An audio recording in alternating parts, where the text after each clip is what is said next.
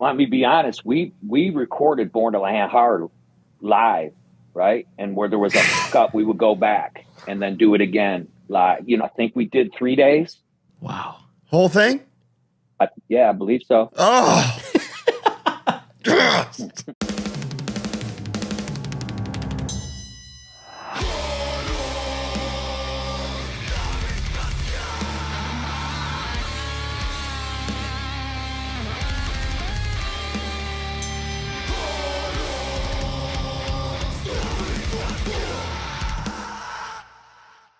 Hello, welcome. It's HardLore time. How are you, Bo? I'm lovely. Me too, considering I think we're in for a historic HardLore episode. This is one that when you hear the word HardLore, I would say the first band that probably comes to mind is Cold as Life. Yeah.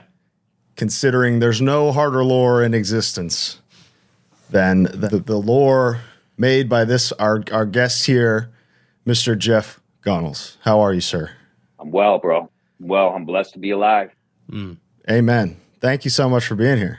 I appreciate the invite, man. Oh, absolutely. Of course. I wanted to start this off on behalf of the goatee community. All right. I wanted to thank you for your loyal servitude throughout these several decades. Hey, thank you. Thank you. It's a bit tame these days, but hey, you're blazing the trail nonetheless. I've always rocked them. I hope that mine is Snow White and as gorgeous as yours down the line. Right, but I'm doing my best here. I feel you're like Captain America, man. To me, bro, you were frozen in time for a while. I was, and now you've come out to find the world you've built completely different. What are your thoughts on kind of where hardcore is now versus where you left it? Well, I look at the Detroit hardcore community now as opposed to when I was out before prison. It was violent. It was small. You had to have your head on a swivel, be clicked up. But now it's like this healthy, vibrant, young crowd that uplifts each other, that invests into that community and culture. And one thing I noticed right away is that just the difference in what it was and what it is right now. Does that make you happy? It does, because there was a lot of years where you really had to fight, literally fight to have a good show and have a good time, because there was all these Peckerwoods, all these, you know what I mean? There was just all these fucking different factions that would come, and there'd be fist fights and stabbings, and there'd be ears on ice waiting for paramedics. And wow. It was a ridiculous place to see a show. But now you don't have to do that. You don't have to have your head on a swivel. You can go and, you know what I mean, hang out with your friends and have a good time.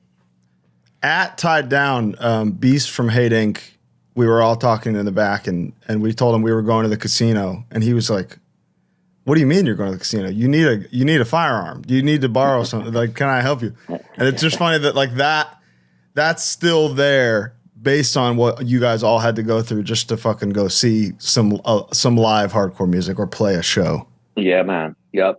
So there's this myth, or there is a bit of a revitalization in the city of Detroit, where there's a lot safer areas than what it used to be, but it's in pockets, in little slivers of the city where it's safe and, you know what I mean, trendy. And, it's that whole gentrification thing where, you know what I mean, the rich people came, kicked the poor people out, and they made it nice, made it their own. But there's definitely some places in the city you don't want to be in. Right. Yep. Casino is apparently one of them. Well, there's a few different casinos. What's the one we went to? MGM. We went to MGM. Okay. All right. Which, I mean, it's not horrible over there, but you definitely have to, you know what I mean? The ghost of Chris Cornell is haunting. Yeah, we got robbed in a very different way. Right. Speaking of ghosts, Jeff, before we get into the lore of Jeff and Cold as Life, at Tied Down, I got to ask you about this. On your way out, I don't know if you knew in the moment that you were like a secret comedic genius in this moment. You leaving Tied Down in the back. I don't know if you remember this moment. I think I do. We were hanging out back, and there was that blood moon. but I do remember us hanging out, and it was just time for me to go. But that's what I remember about it. I don't know about the comedic part. The timing was unreal. You went, man, that moon looks beautiful. I gotta go. That became the saying of the rest of the weekend was like, Jeff's gonna turn into a werewolf. He's got to get out of here. Well, that was going to be my punchline, bro. That's what I was going to say.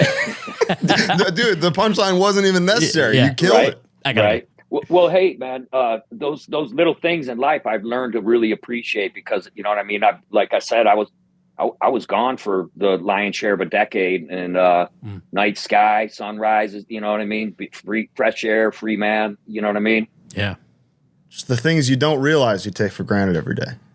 Those little things in life aren't so little. Those seemingly insignificant moments aren't insignificant or little. Wow. Fucking unbelievable.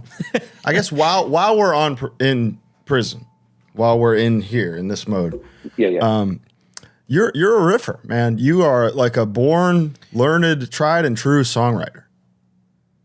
How difficult was that to not be able to write music for that long?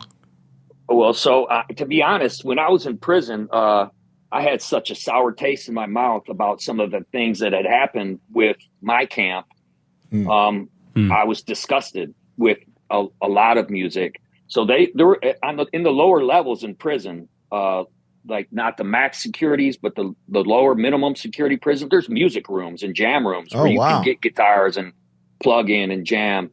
But like I said, I was disgusted with some of the things that happened in my camp, and I wanted nothing to do with it. Wow. Music in general. Wow. Because we're gonna get to it, I imagine, when we talk about like Ramallah and stuff eventually. But I believe I've heard tell you're responsible for one of my favorite riffs ever written. So to hear that is crazy. But I guess, like you said, the context of which you put it down for a minute, it makes total sense. Did you still, like, in your mind, were you humming stuff? I wrote a lot of, I don't want to say lyrics because they're not composed or nothing like that, but there was a lot of heartbreak, man, a lot of hard times. And I did a lot of writing in prison. I've yet to put them, in a composition form, but I plan to put something together here in the next year where there might be a possible new Cold as Life record. I mean, that's huge news. Amazing. I think there's like charted statistical evidence of you just getting better and better at writing music. So I have to imagine with everything you've been through, you've never had more to say. Never. And B, there's been this hole in hardcore of your songs for so long that I'm just excited to hear your take on hardcore now. I think it's healthy. I think it's bigger than it's ever been. I think the musicianship and the composition, the lyrical content, I think all of it has come light years from what it used to be. It used to be 4/4.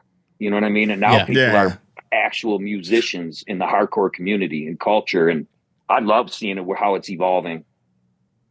I would hate to see it like commercialized or any kind of pop culture, you know what I mean? But I think that it is grown leaps and bounds. That's fucking awesome. Finding punk and hardcore in 80s Detroit. What was that like for you in terms of just discovering the genre and then finding like-minded people to play music with? Oh man, it was, that gift of discovery, right? So a couple of the first shows I went to, I started out listening to early Slayer, you know what I mean? I started out kind of metal, and I saw the Dayglow Abortions at this place called the Greystone in Southwest Detroit as like a 15-year-old, 16-year-old kid. Yeah. And I lost my shit, and I knew that there was more out there. And I just started looking and finding, and it was, I was hungry. I was hungry for music. I was hungry for the history. So when you're finding and looking for music, are you connecting these dots through record stores or t-shirts that people are wearing or word of mouth? Thanks lists. Yeah. All of it. All of it. Yeah. There was a lot of record stores back then, head shops, and we would just go look through vinyl all day long. And even if you heard nothing about the artist, if the cover looked cool or if it looked like the genre that I was looking for, I would just buy the shit. But do you think being from Detroit and with the history of like Detroit rock and roll, like, do you think that there's just a higher likelihood that you were going to find a harder version of stuff? Guitar music that you grew up hearing? Like, I love the early Detroit bands. I mean, how couldn't you? Look at MC5 and Iggy Pop, and you know what I mean? There's count. So Detroit's isolated. It's not the East Coast. It's not the West Coast. It's not Atlanta. It's not Miami. Detroit is fucking isolated even from the Midwest. And it had its own sound, and it had its own thing. And it was great. It is great. It is great. And you are such a integral part of that own thing now. And like, that's something I wanted to talk about. Is another chartable growth that you can see is like a direct line between MC5 and Cold as Life. Like, you can see chronologically how just Detroit gets there. And it's really cool, man. It's a unique place. And, Negative Approach popping off, all the New York hardcore bands will tell you, like, we saw that and then we decided to do that. It's a special place, man. It's a special place. Negative Approach was one of the very, very first influential hardcore bands that I mean, there was punk and then there was metal, but I think Negative Approach was one of those bands that were exactly what I was looking for. Wow. You and every influential New York hardcore band. Right. Yeah. Wow. What were your first bands? So we had this band called the Apathetic Degenerates. It was more of a punk band. Then we had the Mattress Rats, which was right. It was also a punk band that turned into Cold as Life. Right. Yeah, but I've pretty much done Cold as Life, Hate Inc., and Ramallah. That's about my three bands right there. Wow. Good God, man. And Cold as Life were you guys touring pretty extent? Because the Breaking the Law cassette was 89? Yes, sir. And that's like, it's insane, some of the songs that are on that you're still playing to this day, or that are on Born to Landhard and Declination. So to have that identity so early, and like you said, that's your band. Like, that Ramallah and Hate Inc., they've been with you your entire life. Yes, sir. Did you guys feel that pretty early on of like, all right, this is us, this band is who I am, and we're going to start hitting the road? Yeah, we didn't start like touring. We would do one-offs and we would trade shows with bands from the East Coast, Midwest bands, but we didn't start like touring until maybe late 90s. I think 99 was the first European tour Cold as Life did. And then we stayed touring for pretty consistently in the States after that, and maybe a little before that. So the first Euro tour you did after Born to Landhard came out was the first like legitimate touring you guys did? Yeah, 99 was our first like legit tour in Europe. Anyway, we would do like short runs, like a couple weeks at a time in the United States, but like the first, I would say, legit tour where we had agents and shit working for us was in Europe. Do you remember who that was with? It was Theo from The Noise and MAD. He worked with MAD. MAD, yeah. Do you remember what bands? Who did you tour with? Oh, God, some European, actually some that made my playlist that you have. Length of Time. Born from Pain. There you go. There was Classics. Do or Die. But, that was a blast. Jeff made a playlist just for this episode that he curated, handpicked some songs himself. You can click it in the description for the episode, wherever you're listening. Hey, I got a funny story about our first show, right? It's our first show in Europe. First time over there. And Marauders playing. Those two bands I just mentioned were playing. a, a handful of great A-gamer hardcore bands from the stateside. And we had this in our band called Johnny Myers, Johnny Hate for short. He's not with us anymore. Mm-hmm. And I got Johnny stories for days, but it's in my notes here. Yeah. He was known for Xanax and Jim Beam. And he would drink himself stupid, eat a handful of ladders. Well, this dude, we're on stage, right? There's a bunch of people on stage. First time over there. He can't even get his guitar tuned. It's screeching and wailing, and he's drunk as hell. And he can't play nothing. He can't even tune it. So I shot over there and I turned him all the way down.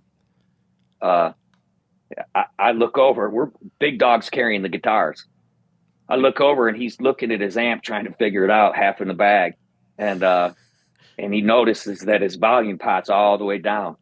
So he looks at me, he catches me looking at him. He looks at me and he turns it like to 11. Right? Screeching and wailing. So I fucking ran over there. I kicked his half stack over. I pushed him off the stage and then whipped the mic at him off the stage. And I remember looking around and seeing a bunch of mouths open, like fucking cold as life. It was funny as hell. So after the show, though, I shot out to the van. We were in a van. I shot out to the van. I ripped open his luggage, and there was about 9 prescription bottles. There was about like 3-story, real tight road, alley, load indoor. Yeah. So I took all those prescriptions, made a basket in my T-shirt, took all his prescriptions and shot out of the van and just started throwing them in every direction on rooftops. And he came out and caught me doing it. Wow. The next day we were in a hotel and I hear this commotion in the hallway and I open the door and he's on a stretcher. The paramedics got him and he goes by, he's wheeling by and he looks at me, he says, "Hate." So he shot to the hospital. He shot to the hospital to get some more like codeine or Xanax or whatever the fuck it was he wanted. So that was first Cold as Life European show. Yeah. Do you remember what country? To me, that's perfect. To me, that's like that just ties it all together. I think I read, correct me if I'm wrong, Jeff, was that also a show that ended early and there was an ear on the floor? No, that was a Ramallah show in Brockton. Yeah, that was I think Colin of Arabia played and Ramallah and some other some Boston bands. Speaking of guys like Johnny Hate and Beast, Detroit is a place where, I mean, you had Madball writing songs about how good you were in 1994. You know, about just how cool you guys were. Detroit seems like a place full of like infamous hardcore kind of characters, you know? Yeah. And none seem more infamous than Ron, the former singer of Cold as Life. Yeah, well, Ron, if he loved you, he loved you, right? But it could switch on a dime. He still loved you, but you would be rolling around on the ground with him. Okay. He was bitter. He'd been through a lot as a child. There was no boundaries with the dude. He would grab up a cop, pull him off a horse, and start pounding the teeth out. If you were in his way, you were going to get dealt with. But again, I think it was just from scars from his childhood. He was very angry. But if he loved you, he loved you. But again, if you know, he was. I loved him, and I also hated him. Right. You know, he was a monster, but he was a kind soul at the same time. It's hard to describe him because, you know, you could hang out and drink beers and, you know, just chill. Yeah. And then the next minute you would be fighting, banging it out. So it's hard to describe him. And it's interesting too, because he's a pretty prolific lyricist. No? Oh yeah. Like, I mean, absolutely. Finding out at, you know, whatever point that there even was a singer before you in Cold, you know, as I was like growing up and learning about music and stuff, finding out there was a singer before you and that, you know, you chose to continue using some of his lyrics as like almost a, I don't know if you want to call it a tribute or whatever, you know, and kind of learning about this kind of mythical person. And then the dichotomy between being you know, kind of violent and a potential monster, like you said, while also being so poetic and having these lyrics that are like unbelievable. Sounds like some guys I know today. Yeah, yeah. It's yeah. What an interesting character. Well, so not potentially violent or potentially a monster. He was both. He was violent and he was a monster, but he was also a father and a son and, you know, a friend. So yeah, there's an irony there for sure. But, but he was a fucking monster, man. And I mean, that's why he died the way he died.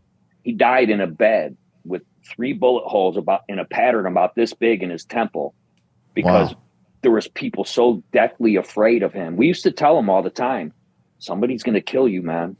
Somebody's going to kill you. And he lived his life that way. And when you live your life that way, that's what happens. Yeah.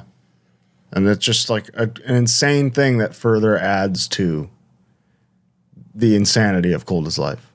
Oh, man, there's 4 of our members that are, you know, under gravestones marking the places where they lay. Wow. You know, it's been a long, hard road for a lot of us. A lot of people want to hear the horror stories and the, you know, the shit shows, but there's a lot of heartbreak in there, man. It's not, you know, all fun and games, man. There's a lot of heartbreak in there. But Bo and I were talking about this just privately earlier, but like an HBO scripted series about your band that was 100% true would sound like a fictional tale. It would be a little too far-fetched. Right. So Ian McFarlane, he's a director and filmmaker. He's a good friend of mine. We were talking a few months back, and we were talking about possibilities of doing something. You know, there was a documentary that got started and never finished. You and I had a quick conversation about that. And I would love to see it finished, just to really put the story out there. You know what I mean? Because there's a lot in there, and there's a lot in there, and you can never pack it in an hour conversation, a 2-hour conversation. I don't have a great memory. I smoked a lot of weed as a younger guy. I don't have a great memory, but they're amongst me and my people, the people at my table, collectively, we could tell the story. You could put it together. I mean, I would love to help tell that story in some way. Absolutely. At some point. Hopefully this is the prologue. Jeff, I read something. It said that, well, while you guys were at the services, you decided to continue being a band and to let Coldest Life like continue being a thing. Is that accurate? So we never wanted to stop. Okay. You know, losing Ron, on one hand was a tragedy. On the other hand, it was a breath of fresh air. Sure. Because anytime and every time that we went out or played a show, it was fucking straight chaos. Like I said, when I mentioned it didn't matter if you were a cop on a horse, that's a true story. Ron and I went down to the fireworks in Detroit at Hart Plaza, and he had triple mohawks, right? Leather bristle studs and Acme style. So we're walking around, and all these jock boys were making slick comments as we were walking by. It had been a couple months since I hung out with Ron, because like I said, every time you'd go out with him, you'd be banging it out with whoever he decided to start banging it out with. And I was done with him. So all these dudes were saying slick shit to him going by, and he's doing nothing. He promised me that he wouldn't. And this cop on a horse with the leather jacket said something slick, and he reached up and pulled this cop off a horse and started pounding his face. So like those aren't like metaphors. When I mentioned that earlier, that like that shit happened. It's real. Wow. Wow. Yep. Damn. So it was a relief when he died, but it was also a tragedy. You know, he had a young daughter. Yeah. Well, I ended up raising since she was like 3 years old. Oh shit. But yeah, man, it was tragic for her and his ex and a lot of other people. But it was also how old is she now?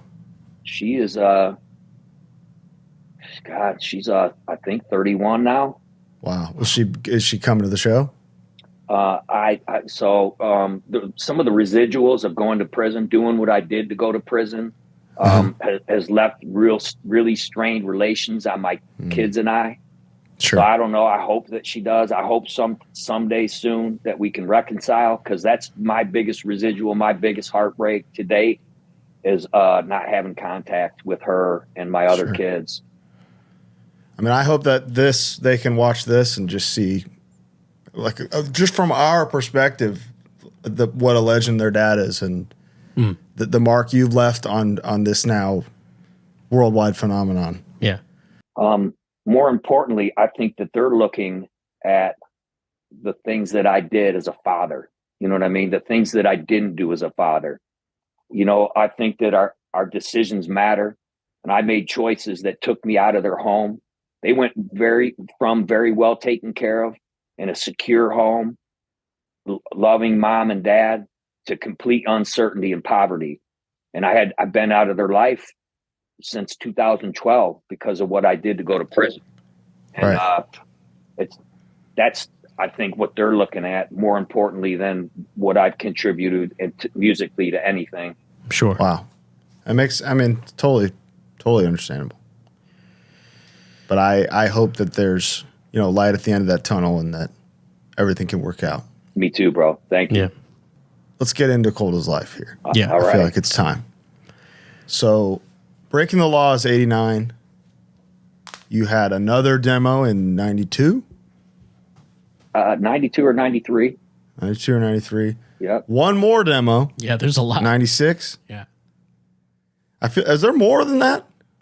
God, you'd have to ask Beast. Okay, he's got a better memory than I. We've done so many little recordings and demos and. I looked at the Wikipedia today and there was like 6 demos. Yeah. All named after Holy you. shit. So it's hard. I imagine. Yeah, it's like you're doing recordings and sessions but you're ultimately, are you knowingly building up to Born to Landhard? Not knowingly, but that's how it evolved.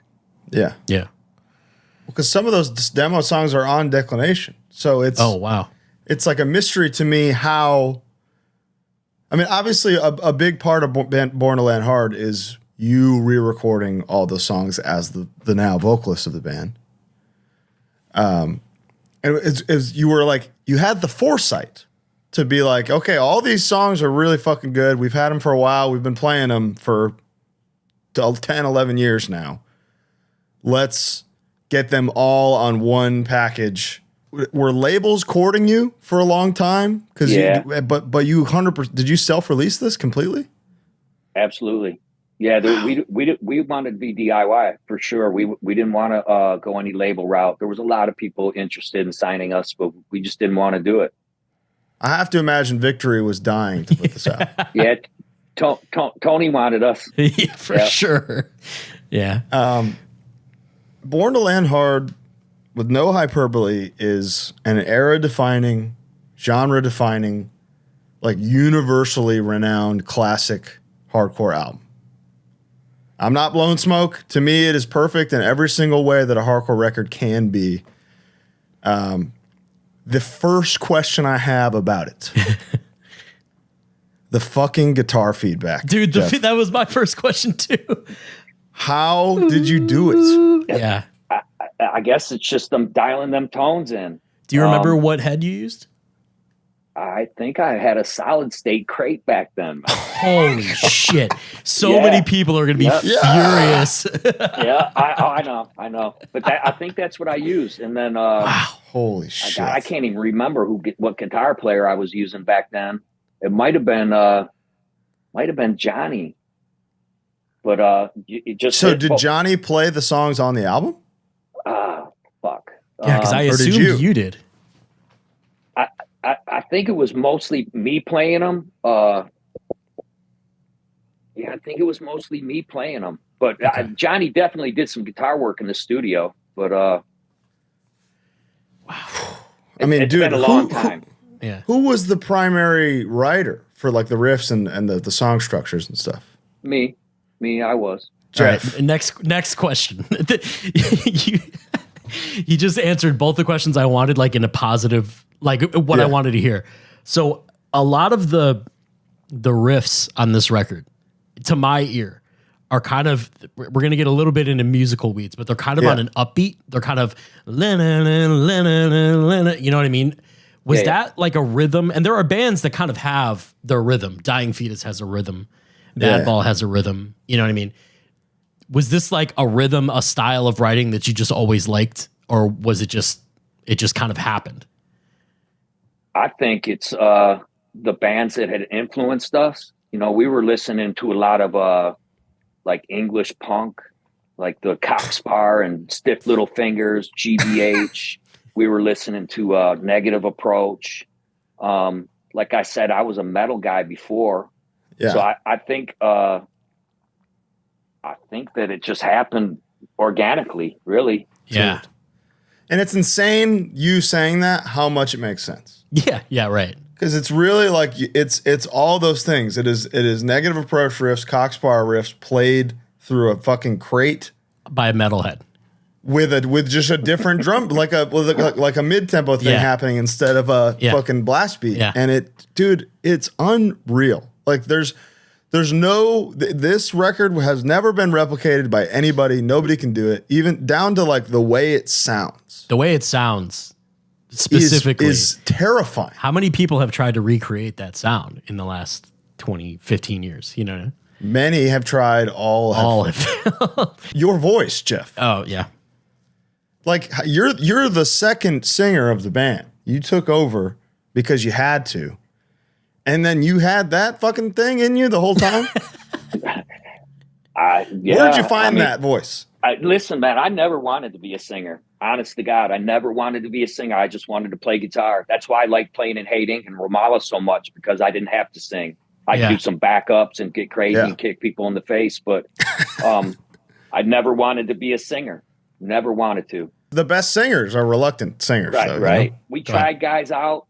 Guy after guy after guy after guy, and none of them worked out. Nobody could get the cadence right. Nobody could do it. So I just said, "Fuck it, I'll do it." And did you know you had that tone in you, which is again a pretty iconic, the voice on that record. You don't hear anywhere else. It's a one in a million. You know what's funny is, you know how you hear your voice on a recording, voicemail, anything. You're like, that's me. Yeah. Every time I heard my voice on a demo, anything, I would cringe. I would never a fan of my voice at all. Dude.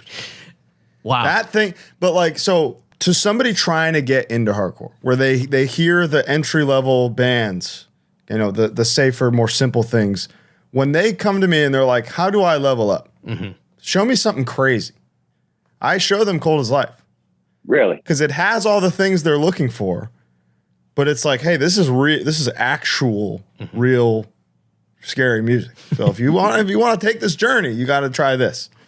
Let me ask: the verse riff in "Little from the World," the chugging, because that song is verse, fast part, verse. Yeah, the structure's right. The totally structure's unique. Strange. Like it's a very interesting song. That is probably the first song that people hear from Cold as Life it's probably the number one song, I would imagine, on Spotify. I mean, that's a landmark hardcore song in general. Yeah. I mean, you know, like I said, a lot of our shit just happened organically. There was nothing that I was looking to recreate or mimic. It was just, you know, lyrically and musically, it was just something that felt right. Wow. How like learned are you at just music in general? Because like this record is full of key changes, tempo changes. You said we were talking about it earlier, like everything was 4/4. In every single song on this record, there's something I've never heard a hardcore band do at that point. Was that intentional? Were you like, we got to change the key here so this hits harder? You just wrote shit you liked. We were way too to be that strategic. We were playing checkers, man. We were playing checkers. There was no chess playing going on. We were flying by the seat of our pants.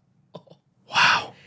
Dude, I busted a rib the other night and laughing hurts really bad. Ribs are the worst. Oh, I would have bet, Jeff, my life savings that every single thing you did on this thing was intentional and that you were this musical mastermind, which you are, whether you deny it or not. But just knowing that it's organic is kind of the proof to why it worked. Yeah. Well, thank you. Of course, I guess, but yeah, man, it was we were derelicts, man. We a lot of times we didn't even know how to tune our guitars. We would just awesome. we would sit on stage and you know what I mean? Yeah. You got to know. Do you know that again, that riff from Little from the World, like, created a genre, like a subgenre of hardcore? Subgenre of hardcore. No. I mean, I've been under a rock for quite a while, but what people would call like beatdown hardcore now is pretty much exclusively that. Well, I'm flattered. I'm a humble guy, but I'm super flattered when I hear things like that, honestly. But like I said, it just happened. A lot of shit was accidental. The title track, opening track, the record starts with this legendary feedback. In the studio, are you hearing that feedback and going, fuck, that sounds sick? I've always been a fan of feedback, like that swell feedback. Mm-hmm. I mean, that's always a top. Yeah, man, that's always a topic at our rehearsals. If anybody starts screeching, we'll stop it right there and say, no, man, you're not going to screech like that. You got to swell, adjust your pots, Wow. So, see, you get it, man. You know what you're doing. Yeah. Well, now I do. When did you start playing guitar? 14 years old. Yeah. You remember the first guitar you got? It was a white Yamaha my dad bought me. Fuck yeah. Yeah. Sick. Yeah, I would play that fucker till my fingers would bleed. What were you riffing to early on? Like, were you listening to records and playing along with them, or were you just jamming on your own? Yeah, I was not talented enough to listen to a record and play along. Yeah. I didn't have that ear, but I mean, certain parts I could pick out. I would go to this guy and that would teach me certain songs on tab. But I mean, that's how I got my start, going to lessons and reading tab. Amazing. Fuck yeah. That's something I've always wondered, that the breakdown section of Born to Landhard, where the big build with the swelling feedback, that's just the bass playing the riff, then the one guitar playing the riff, where the feedback literally never stops to the end of the song. Was it written that way, or was that a studio thing of like, this feedback sounds good, what if we just leave it through the end section? So I think we did it in a couple different tracks, right? Or a couple different takes. Mm. And I think it was Johnny just sat there holding that note or that chord and feeding back. And we all kind of looked at each other and was like, yeah, man, just stay doing that. Don't even play the part. And in the same song, there's the rest, the dent. Was that like, that was always written that way? Yeah, that was written that way. That's awesome. Heavy doesn't always, or hard doesn't always equal heavy. What do we say? Hard and heavy are different things. Two different things. Completely different things. And that's hard. That is hard, yeah. And it's primitive. Yeah, man. Sequencing this record. This is something that is, we talk about all the time, is like such a key aspect to making a perfect record. Was that something done ahead of time, or was that something where it was finished and then you kind of figured out the order? Well, let me be honest. We recorded Born to Landhard live, right? And where there was a cut, we would go back and then do it again live. You know what I mean? But we didn't do drum tracks, then guitar or bass. We did it in a room. There was some glass isolators, but we did it live. That's a live recording.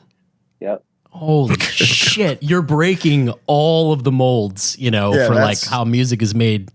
But that's another piece to why it's so magical and can't ever be replicated, because those guys will never be playing those songs again at the same time. So no other band can do that. So Jeff, the vocals are the vocals doubled 100% on the record? I believe so. I believe so. If not, like a ton. Was that? Yeah, cool? It was a ton. Yeah. Like I said, I hated my voice, and I felt like I needed something, man. Yeah, so, well, I doubled them up. It works so well. A lot of times that can sound awful, but for some reason, it's just perfect. It's like perfect. How long did it take you to record the whole record? How long did it take for you to do the vocals? Well, we're talking a long time ago, but I want to say it was Max Tracks in I think Albany, New York. Albany, yeah. Yep. But I think we did 3 days. Wow. Whole thing? Yeah, I believe so. Oh, that's magical. That is that simply doesn't like a record that long doesn't happen anymore. Yeah, like 45-minute epic opus, dude. Come on. Way. Samples. Oh, how was that done in 98, 99? Like physically, how are you doing that? Oh, fuck. I don't know. I mean, I think one of them was a sample from that Cape Fear when De Niro. Yeah. I ain't no white trash piece of shit. Good old boy Gut's gonna keep me down. Yeah. I think that was De Niro and Cape Fear. Yeah. I think a lot of the sirens and police chatter was just from we had these police scanners that we would use because we were always up to no good. Sure. And we had one of those little recorders, and we were just sitting around drinking beers, and we recorded the sirens and that police chatter for Terror Zone. Right. Yep. I mean, no one today who's using samples is using them from some kind of like practical standpoint. It's like, what would sound cool? Yeah. You guys had a scanner for a practical reason. Right. And holy shit. A necessary reason. Functional police scanner turned into art. That's fucking badass. Man, the Where Are We Going breakdown transition, I have to tell you, I think once a day in my life, it goes through my head. Nice. Get the gag out and get into. Was there a song on here, you know, whether it's one from the demos or one written just for the record, where you finished it and you were like, we're pretty fucking good, man. Yeah. Dang, we got something. Cold as Life might make it. Like, what did you think the hit was?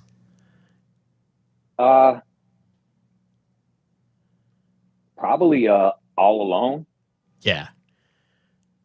Wow. I mean, that hell of a track 3, you know? that 1, 2, 3 combo is unreal.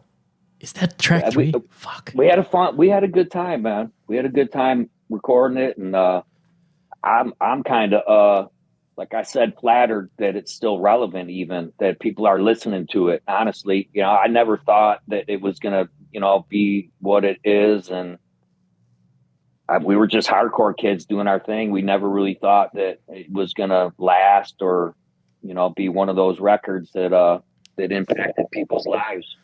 Let me ask you a question. That's why it lasted, though. How did you, at the time, I'm sure, I would imagine how you define it now is different, but at the time, how did you define what hardcore was? What made someone a hardcore kid? I mean, I guess being one of those people willing to jump on a table and kick somebody in the face for what you believed in, what you loved, what you cared about. It was definitely underground. It was something that had to be protected and fought for. It was a culture that not a lot of people knew about. It was like on the fringe, like nobody knew about hardcore, you know, or not a lot of people knew about it, or punk for that matter. But it was just something that it was a bunch of you know, outlaws and, you know, those people that were forgotten and unforgiven that lived hard lives that just played music. You know what I mean? It was it wasn't that jock rock. It wasn't rap. It wasn't. It was just that underground music community, and it didn't matter back then if it was punk or hardcore. It was underground. There we go. That's exactly why I asked. That's exactly what I wanted to hear. It's wonderful. Things evolved into this clicky ass shit, right? But back then it was just underground music, man. It could be. I saw Slayer at Blondie's. It was like a 200-person room on 7 Mile in Detroit. With a foot-high stage. I saw Celtic Frost there, Voivod, Creator, and it was all underground music. And the punk kids went to those shows, and the hardcore kids went to those shows, and the metalheads went to those shows. And that's what I liked about it. Yeah. That's what I still, you know, it's a little less, probably it's a little more nerf-balled nowadays, but it's still what I like about it. I love the idea of whatever that is, we don't want that, we want this, you know.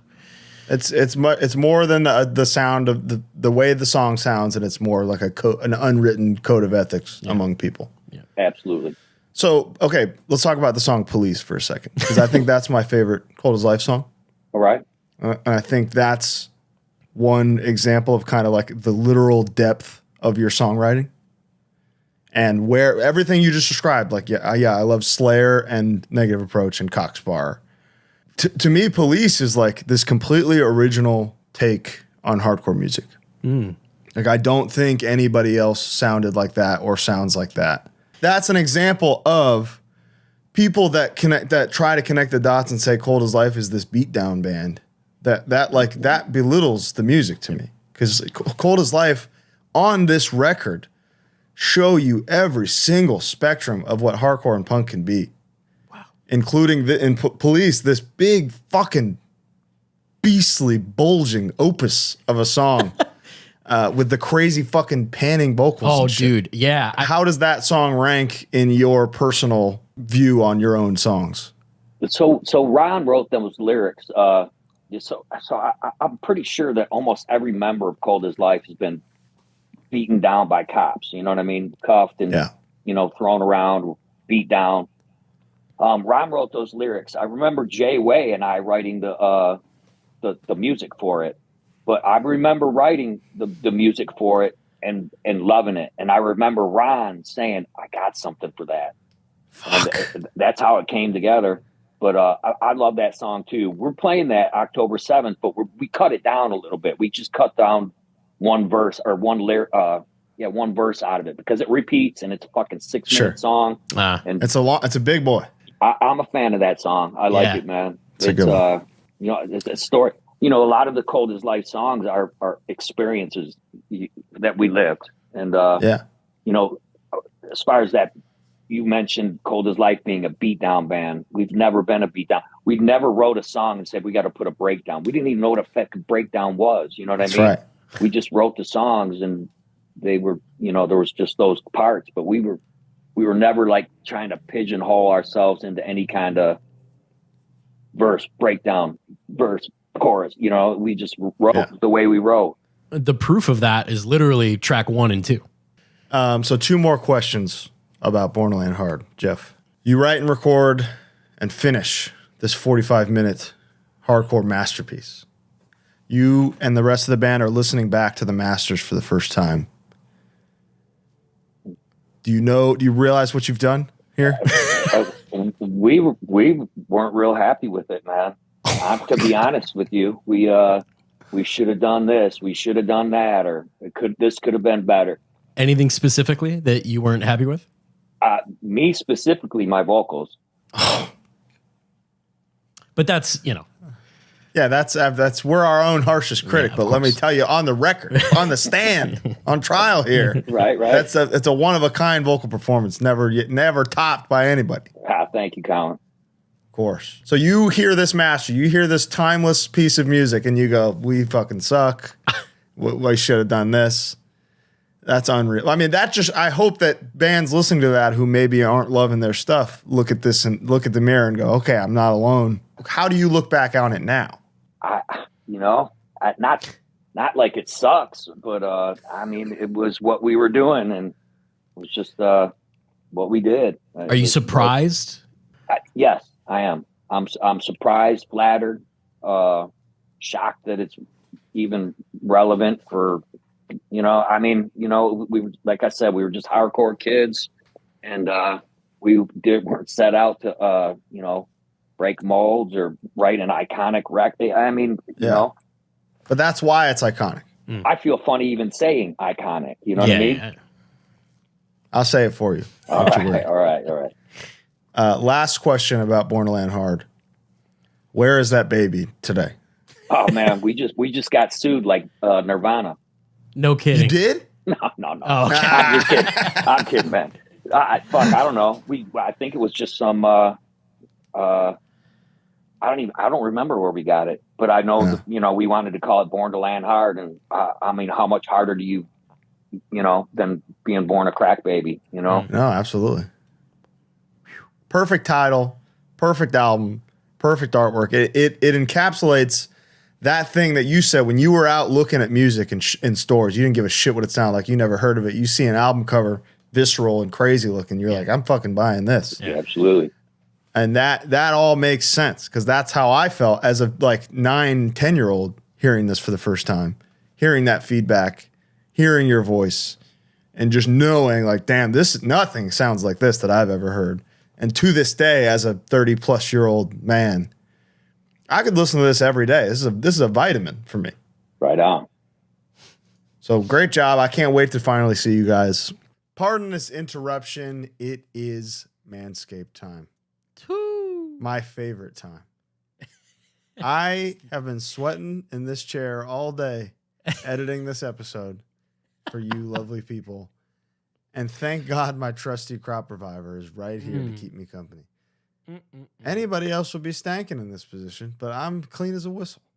I tell you what, I use the lawnmower. Hey, maybe this is a little unorthodox. I use it on my face. I use them to keep them trimmed. Wow. You go both? Go both?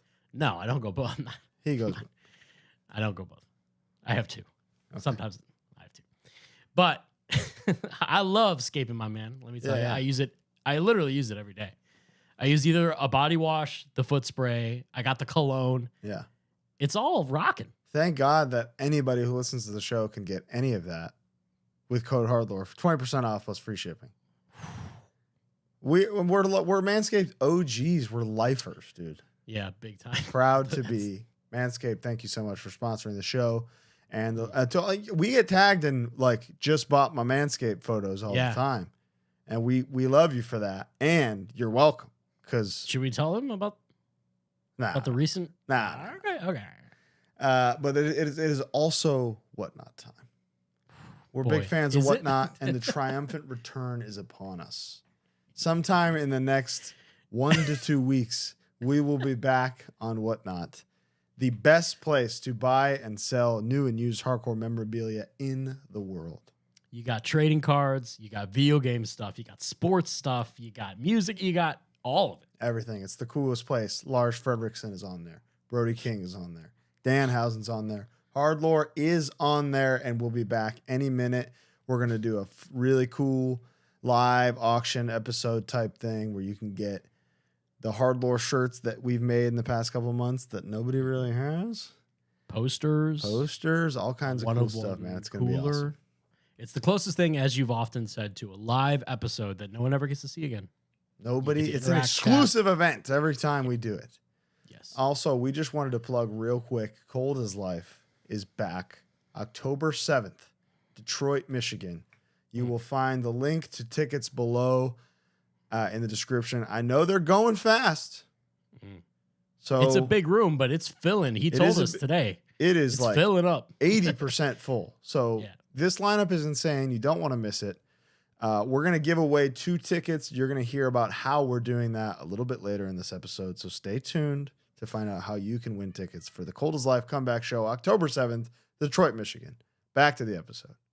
We'll get to Declination in a second, because to me, that's maybe the harder record. Real ones know Declination is probably the harder single piece of music. Something I wanted to ask about is, you guys, Madball's writing CTYC in 94. You guys are shouting out DMS on this one. How did that relationship between Detroit, Cold as Life, and the New York hardcore guys come about? There's a city in Michigan called Flint. Agnostic Front was playing, and they invited us to open the show for them. And we just all clicked. And so we were swapping shows. They'd come out, we'd play with them. We'd go out, we'd play with them. Where the relationship really gelled and we became brothers was Madball Set It Off release at CV's. You guys played that? Yeah. Yep. Wow. We were banned from most places just because of the shit that would happen. I was wondering about that. Oh, it was ridiculous, man. So a funny story that Set It Off record, right? Yeah. We went down to St. Mark's, and I forget the record store, but it might have been Bleecker Bar. I forget, man. There's a bunch of record stores right in there. But there's some stairways going down into this where all this vinyl is. And they had a Victim in Pain record, one of the original first presses. and Roger's there, and Freddie's just a kid. I'm talking squeaky voice kid. He's young.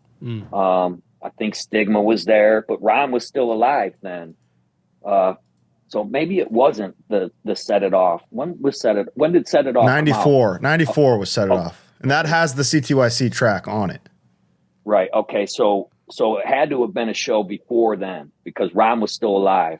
There was probably 12 of us that rented a van and shot out to New York to play this show. It might have been an AF show. But before the show, right, we go to this record store. Ron's alive. We're up with AF guys, and we go down the stairs, and my boy Carlos Toms from Detroit, he's one of those notorious hardcore cats from here. He sees that original press, that first pressing, Victim in Pain, and he wants to buy it for Roger, right? And there's like $150 price tag on it. And he said, well, this is the singer of that band, man. Cut me a deal. Like, give me a little slack and I'll buy it. So I want to give it to this guy. This guy was, get fucked. I don't care who the fuck this guy is.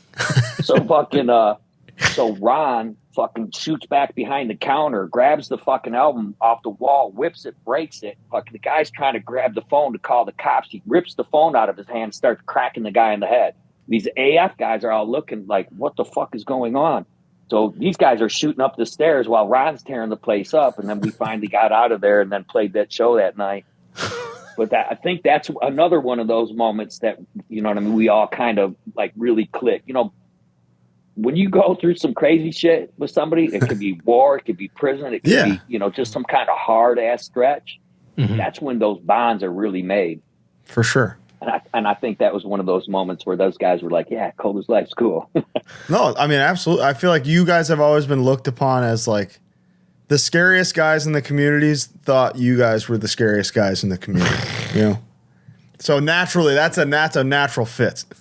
And it was kind of out of necessity, They were from some rough places in New York. We were from rough places here. And I was going to ask, do you think that's where the kindred? Yeah, absolutely. I think like calls the like, Mm-hmm. I think so. And then Madball's playing October 7th, right? Absolutely. So that's full circle poetry. Yeah, man. Yeah. Beautiful. I didn't even realize that lineup stacked. It's going to be a good time, man. Yeah. I wish one of your projects 100%. Was doing it. I know, but we'll be there. Right on. Cool. Yeah, I'll sing Police with you. We'll do something. Cool. Cool. I had one more Born to Landhard question.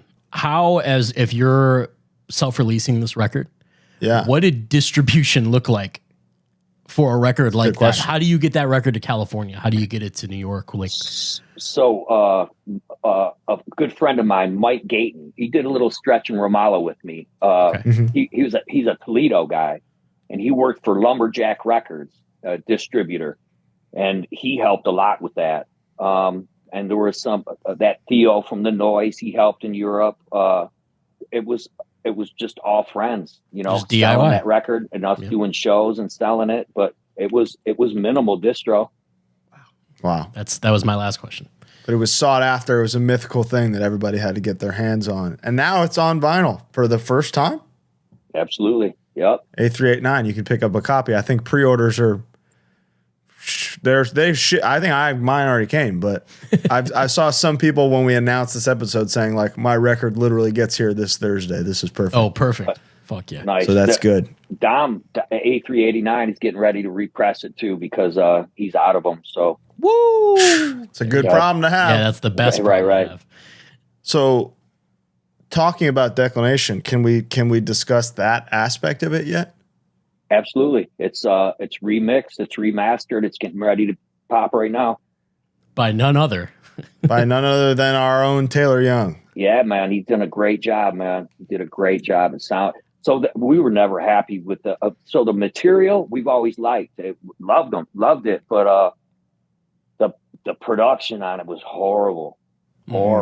It was just garbage. So Dom sent it to your brother. And he worked his magic, and I got a couple test presses and gave it a spin, and it sounds good, man. I'll have you know, in preparation for this, I asked Taylor if I could hear it, and as a loyal Cold as Life head, he said no. I'll be even more honest with you. I've had it for months. Nice.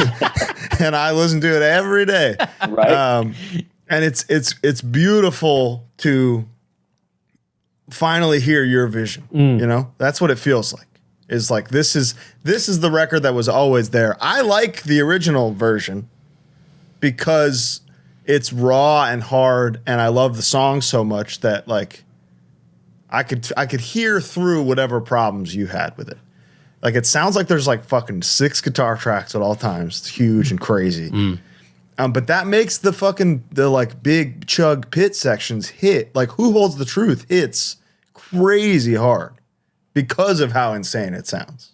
I like the material, like I said, man, but I think what your brother did with it, it felt like our Black Eye forever. You know what I mean? Wow. But what your brother did with it, I'm happy with it finally. Wow. I'm proud and glad to hear that, and I'm ecstatic with it. Like I love that he got to do that because he and I are lifelong Declination believers. Right, cool. But now we're about to make some believers out of thousands of more people, if not millions. Well, that's the thing too. That's like perfect timing.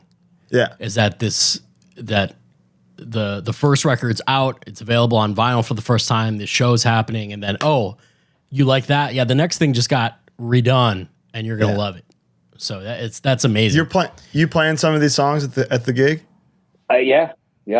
We're doing Who Holds the Truth and a couple of thousand yard stare and Days Born Amongst Enemies. Woo! Yep. A couple more, I think. Okay. We're kind of we're doing a lot of I don't want to say a lot of Born to Landhard. We're doing some of the stuff from the demo days and then some of the Declination. Awesome. Wow. How did you hold off on putting? Because Who Holds the Truth was a demo track. The demo version's awesome. How did you decide not to put that on Born to Landhard and hold out for the next LP? I don't know. You know what I mean? Just kind of held off, I guess.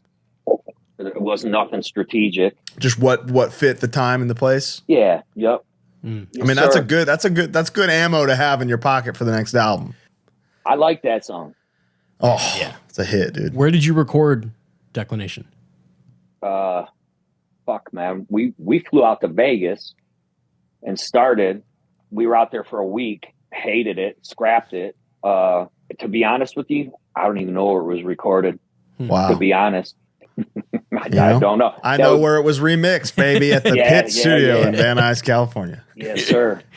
Do those Vegas recordings still exist anywhere? Yeah, I think Dom's got a couple of them. Wow. So, Dom from A389. Dom, email your boy. He's one of the best decisions I ever made. He's been a good guy. Yeah, the whole time. Solid guy. He's got a great eye for everything, great ear for everything. He's stand up. He's honest. He's more than fair, generous. Yeah. Best decision Cold as Life's ever made. You know, we put out those demo years on vinyl first, and then we did the Born to Landhard, and now this Declination's getting ready to be done, and me and the guys that I got right now are probably going to write a new one, and hopefully Dom's still part of it. Awesome. Oh, I mean, I imagine he'd be dying to be. I hope so. I can't wait to hear what you see as new Cold as Life. I'm so curious to what that is. Interesting. Me too. With Declination, was this intended to be self-released again? Because I know that at some point wasn't Stillborn involved.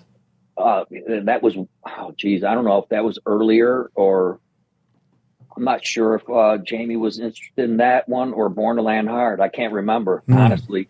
But it still was a 100% CTYC production, right? Yes, sir. Fucking awesome.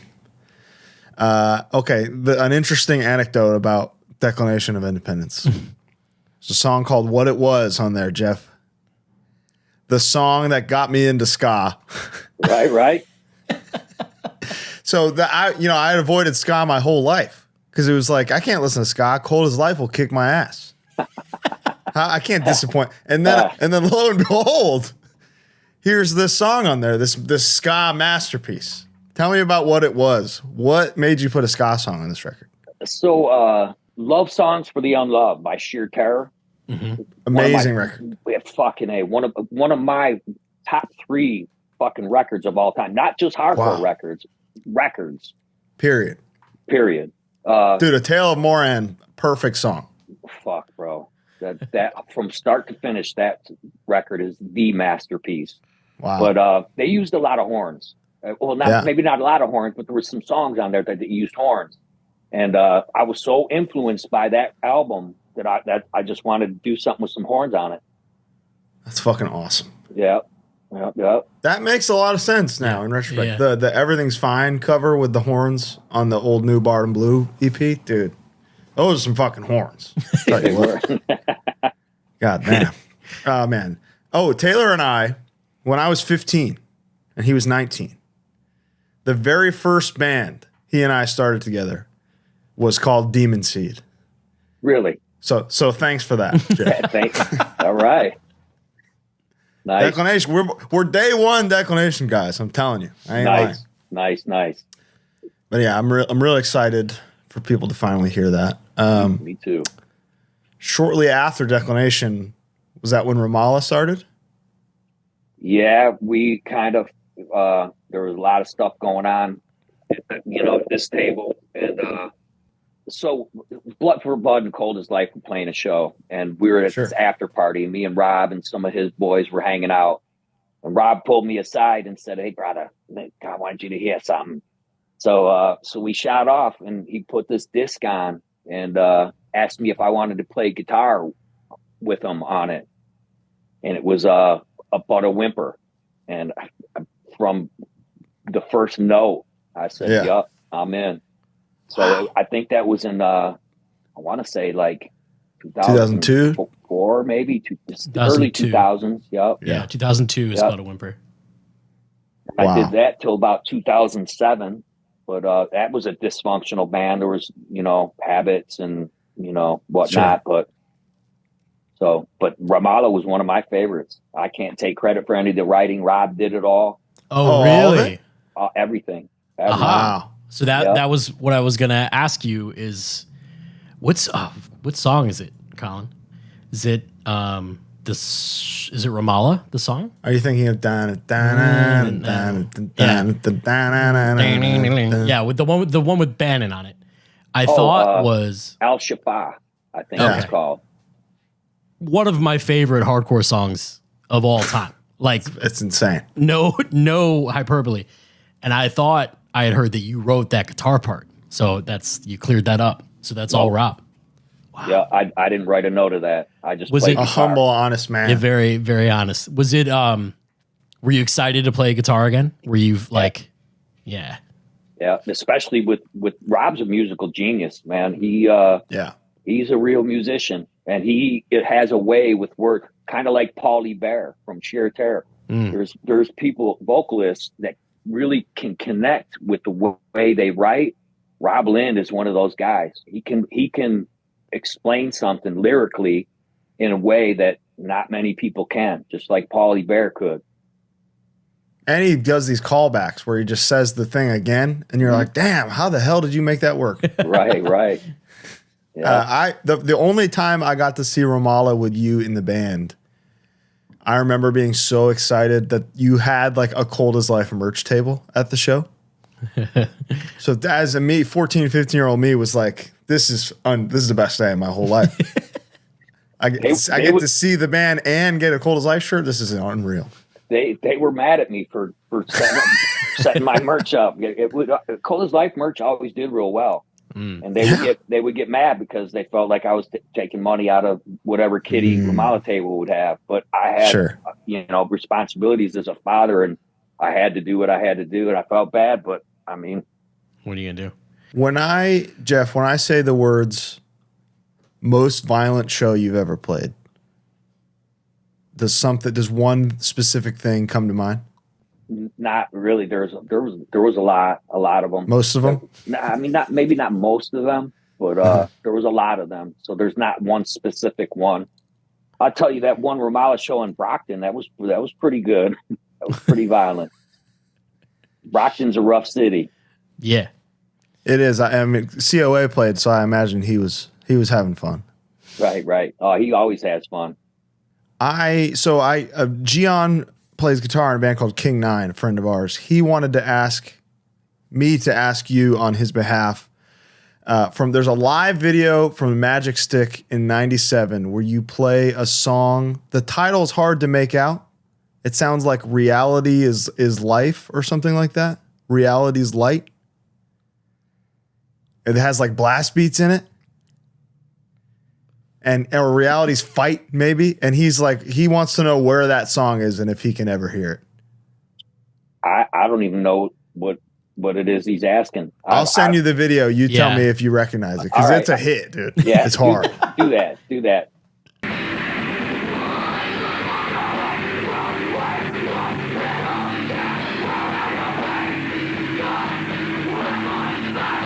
and I'll let you know. You can let him know. He's a good cat. He's a solid dude. I love him. He'll be there. Cool. At the gig, I'm sure he'll be very scary. I was also asked on behalf of Will from Never Ending Game to ask for a few Johnny hate stories. You got any more of those for me? Fuck. So I know I'm not supposed to use the word, but I already have a few times. But I'll say derelict from here out. But this dude was a derelict. The state paid him money to stay at home. He got disability checks because of his mentality. He had mental health issues. So he would always disappear. You know, we'd have shows coming up. He'd be gone. He lived with his mother. Her name was Patty. She was from like down south somewhere. And I would call her. She was like my go-to when Johnny would disappear. I would call. He'd be gone. Patty, where's Johnny? He barricaded in his room. How long has he been there? A week and a half. I was like, well, can I come over? She said, yeah, come get him. So I go over there, right? And she wasn't kidding. The fucking door was barricaded. This was February one time. We're going somewhere.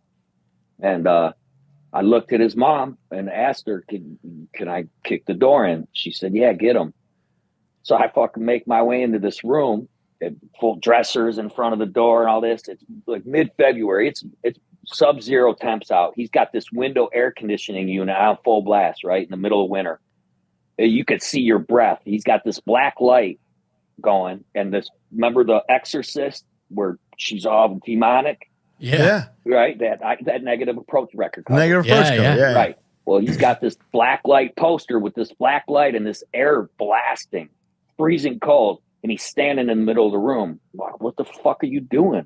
He's like trying to levitate. So this motherfucker was locked in this room for who knows how long, trying to fucking levitate. this other time, right? So he lived not like a few blocks out of Detroit, maybe a mile or two outside of Southwest Detroit, off this main thoroughfare called Fort Street. Outer Drive or Southfield Freeway, Fort Street. He's like a couple streets in, a couple blocks in the neighborhood. Disappeared. He's been gone for weeks again. I shoot down. I make this left on his street, and I'm looking down the street, and I can see like 2 blocks down. I could see this commotion in front of about where his house is, but I'm still too far. I can't see what's going on.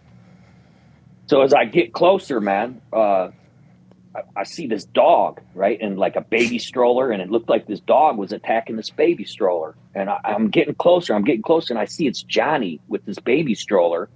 And he's got this fucking dog chained to a tree, and he's ramming this dog with this baby stroller. And it looks like there's a baby in it, right? I jump out of my fucking van, and what the fuck is going on? I look. This motherfucker had cooked a turkey, like a fucking butterball turkey, and dressed it in a fucking onesie, like a baby onesie, and had it strapped in this stroller. And he's fucking smashing this dog with this cooked turkey in a onesie. Just to do it? So I jumped out. I said, what the fuck are you doing? He's like, teaching my dog to kill kids. He was just fucking out there, man. He was out there, bro. Yeah, Holy hell. Yeah, he was out there. Johnny Hate. Let me ask you. Let me ask you about the. We're kind of going back to Born in Landhard. The picture of all of the 5 band members, and then all the boys in the back. Yeah, those were all the people at our table, and our camp. Yeah, those were a lot of good friends, and still some of them are. Some of them are shell shocked and dispersed, and Yeah. Mm-hmm. but yeah, some of them are still hanging tough. Did you have to get a pit bull to be in the photo, or could you be in the photo if you had a pit bull? No, my boy Bird bred Staffordshire Terriers pit bulls back then, and I had one. He was in the picture. He had his, and then there were some others that had them. Pit bulls are big in Detroit. They used to be anyway. Yeah, I think that's the best band promo photo ever taken. Yeah. The pit bull pic. I like the black and white ones. That's what I'm talking about. Yeah. Here it is. I'll have shown it multiple times by now. Right. That's my favorite photograph ever taken. Every band should aspire to be that, but know that you never will. I have a question for you, Jeff, that is maybe a little, I don't know, it's like a meta cold as life question, but it's do you have any opinions about, maybe not now since you're playing shows, but 10 years ago, let's say, about bands covering Cold as Life? I don't have a problem with it. It flatters me. You know what I mean? Okay. So I had heard stories before, and and I'm saying this as somebody who Harm's Way did cover Cold as Life one time, where we had heard that people maybe who were friends with you guys who were around at that time or whatever went up to other bands. Well, I never with me, but heard rumor that someone went up to someone else and was just like, "Don't cover Cold as Life. Like, don't be doing that." There was times that we would cover songs, right? Yeah. And it was a gesture. Always. You know what I mean? It was somebody that was influential in our camp, and we would cover them out of love and respect. So there was no kind of bullshit like that. Beautiful. That's what I wanted to hear. That was from some fucking jobber, Bo. That wasn't from the the man right here. I know. I just let him clear it up. Yeah, absolutely. If one of my things gets covered, I'll shed a fucking tear right now. Right. That's what I'm saying. That's beautiful. It is. That's like the ultimate honor. That's right. That's do you as find good as a tattoo? You don't really find that, like, if you go to like a pop concert, you'll hear a fucking Bob Dylan song or something. Yeah. You're not going to hear like a contemporary cover. That's sick. No. You see a lot of Cold as Life tattoos, Jeff? A ton. That's the coolest shit ever, huh? Yeah, a ton. As a matter of fact, if we end up doing another recording, I'm going to solicit for Cold as Life tattoos, probably for the artwork. You should. Our friend Dan has Dan Seeley, King 9 singer. He's got Born to Landhard right on his back there. Across his whole back. Yep, I've seen it. Yeah. Love it. Are there Detroit bands you feel like never got their due or deserve more respect from the modern audience? So early on, there was a band called Pitbull that were good hardcore band, real good hardcore band. Craig Holloway, he played in a band called Ricochet. They were good. But I think that the standouts, I think they got their due. They got their names out there, and they got theirs down. Love it. Somebody wanted me to ask you about an ICP show that you played. Oh, man. So it was ICP's first show ever.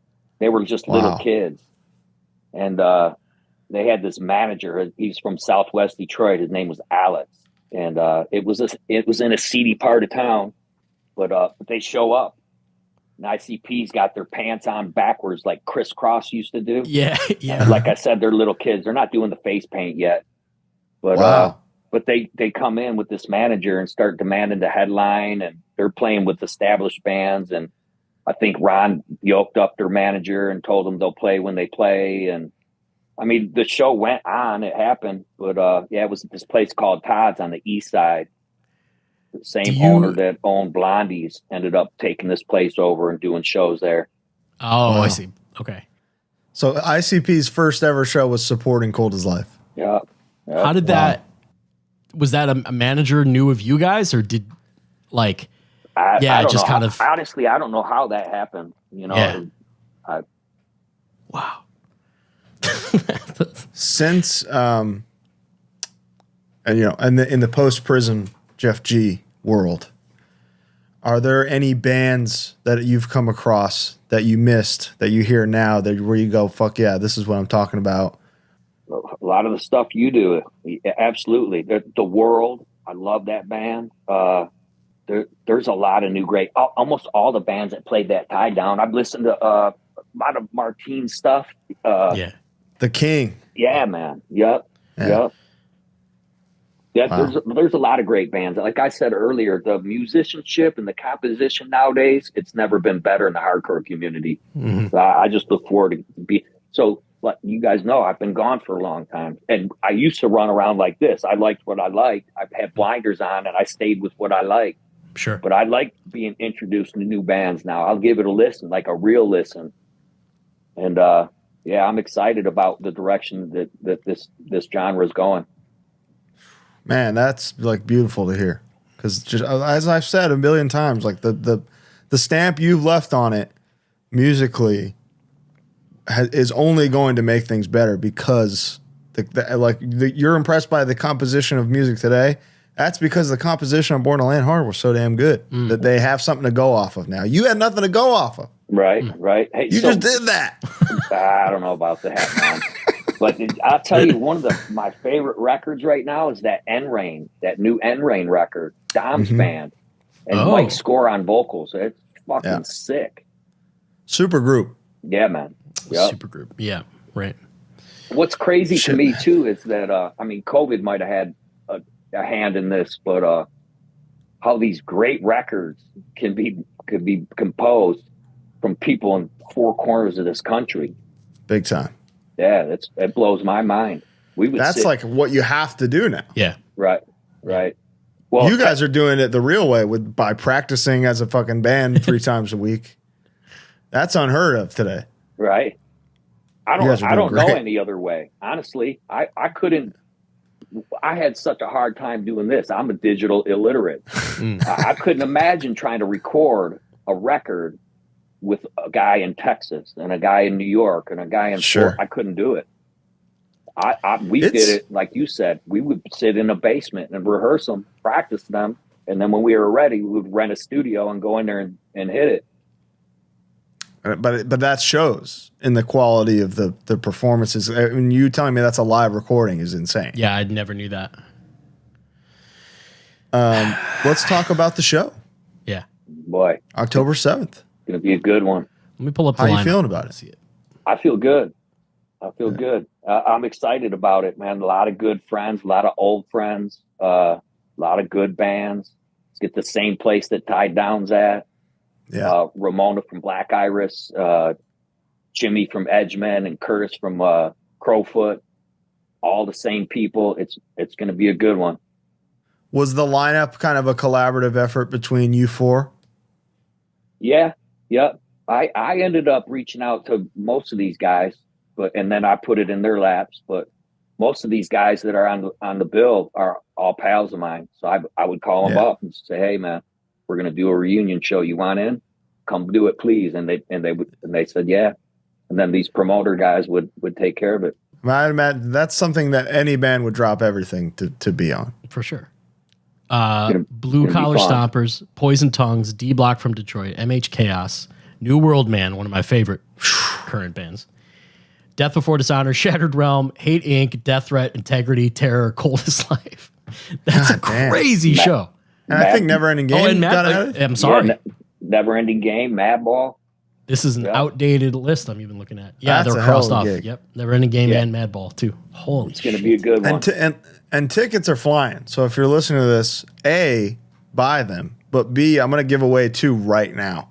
Nice. And here's how I'm going to do it. You're going to whether it's Instagram or Twitter or something, I want you to send HardLore a picture of your goatee. And I'm going to send the top 10 to Jeff. And Jeff is going to pick the best goatee. And if you have the best one, you win 2 tickets to the show. Nice. And if you're unable, we're giving back to the if you're community. unable, how do we make it?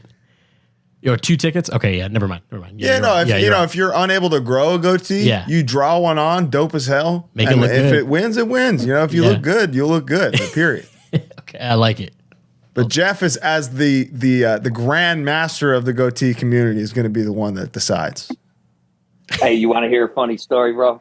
Yes. So we were in Europe again, and we were with Theo in the noise, and he had this young kid named Jamie that was helping him with merch and driving, and he was going sick in the pit. Right, we're playing, and fucking these meatheads were beating on him, just being bogue, right, beating on him, throwing him around. So I jumped off the stage and I didn't smash him, but I tuned him up a little bit to help this young kid out. I jumped back on stage and we finished, and somebody was on the computer the next day, right? And they said 2 pigs and a goat, because my two guitar players were big, and I had this big ass goatees. They started calling Cold as Life farmers. There's 2 pigs and a goat. Yeah, it's funny, man. Oh, that's awesome. Oh. Have you any image I've seen of you ever? You've had a gorgeous shiny bald head. How long has that been your hairstyle? Oh, as soon as I started having daughters, I started losing hair, man. So okay. Thank God I got a pretty head, because I've had to wear it bald. That's a good bald head. But let me ask you this. And this may be a correlation to something evil going on in Detroit. Have you noticed the correlation between Detroit hardcore showgoers and hair loss? No. Brother, no. These fuckers are bald. Never ending game, they're bald. Gridiron, they're bald. Wow. True Love, bald. Wow. Something's going on there. Hey, listen, man. Most people that are like bald like this, it's because they can't grow fucking hair. If I could grow hair, I'd grow a little hair. I don't know if I'd grow. No, I know, but I'm saying luxurious locks like yours, but I would grow some hair. I know you would, and that's why I'm saying something's going on in Detroit, in the water or the air. Well, something's happening to make these. There's injustice happening in Detroit to the community, turning them bald, and we got to get to the bottom of it. All right, let's get at it. There's something going on. To the goatee community, to the bald community of Michigan, Jeff and HardLore are on it. We're on the case. We're going to figure this out. All right. We're on it. We can't wait for the show. We're going to be there. We have this grand idea to go around Detroit with you to kind of learn show people the history of Detroit hardcore and how special and important it is. So we can't wait for that. Jeff, this has been been one of my favorite episodes of all time. Yeah, easy. I appreciate the invite, Bo. Colin, of course. I do. Absolutely. Appreciate the invite. Man. Can't wait to see you in October. Are there any final thoughts you would like to leave the listeners with? Decisions matter. They all have outcomes, good or bad. So what we do, what we say, how we think, it all matters, man. We all impact people. I think that the things that you care about, the communities you live and the people you love, you should invest in them. Everybody wants to play hard guy. It's all fun and game. Everybody wants to be a beast until it's time to be a beast. That's not what's important. What's important is to build and impact people in a positive way. Uplift your brother, uplift your city, invest in your community, the place you live, the place you work, people you care about. You know what I mean? That's what I would like to leave with people. Dude. Greatest closing thoughts in the history of the show. Wow. Thank you, Jeff. Thank you all for listening. Cold as Life is back October 7th. Born to Landhard repress is out now on A389. Mm-hmm. Declination of Independence repress is out soon. Mm-hmm. Keep an eye out. We will see you October 7th. Sounds good. Thank you so much. Thank you, brother. Thanks, Jeff. Thank you, Bo.